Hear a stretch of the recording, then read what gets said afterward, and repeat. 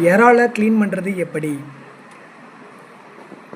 இந்த இறால் எடுக்கிறாங்க, அது குடல் எடுத்து கழுவ போடுறாங்க. குடல் பின்னாடி இருக்க வால் அது ரைட்டா? மேலே இருக்க துளி எடுக்கிறீங்க. கத்தி தேவை என்ன? கத்தி பிளேடு கருப்பு கலரா? நீங்கள் ஏதோ க்ளீன் பண்ண மறந்துட்டீங்கல்ல. இப்போ ரீசெண்டாக க்ளீன் பண்ணுறீங்க. அது யாரும் அவ்வளோ பண்ண மாட்டாங்க. எது அது அது வந்து இந்த இங்கிட்டு இருக்குதான், இந்த இடத்துல இந்த பக்கம் இருக்கிறதா? பக்கம் இருக்கிறதையும் க்ளீன் பண்ணால் வருவாங்க.